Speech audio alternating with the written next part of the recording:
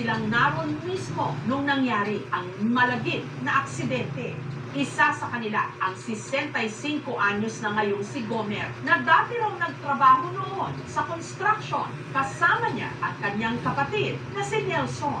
Yung kapatid kong si Nelson, nakadestino yun doon sa pinakang rooftop na sa taas, nagpipinis siya doon. Sabi sa akin yung kaibigan ko na masunod, sabi niya, kuya, inanuwi ka yung 2x3, balot to.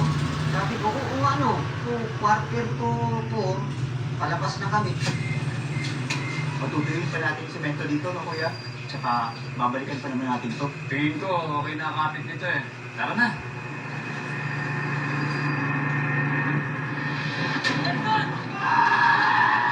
Nakatalong po ako doon sa tabi, natawag ako sa bakal. Hindi ko malaman na yung pala may tama na ako sa ulo.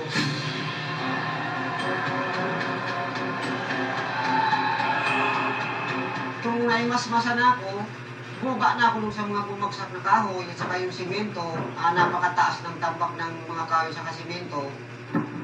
Ang ilan daw sa mga humingi ng saklolo nung bumuho ang gusali, mga nasa barracks na natabunan. Aksidente rin daw silang nabuhusan ng gagamitin sana di umanong quick-drying cement.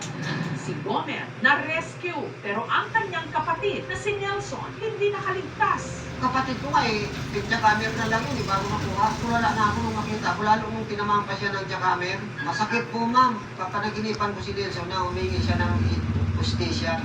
Kwento naman ang isa pang survivor na nahanap ng aming team, si Samuel, na trap daw siya sa loob matapos din siyang mabuhusan ng semento. Nasa ilalim ako, buong katawan. Yung baro ko talagang puno-puno na semento.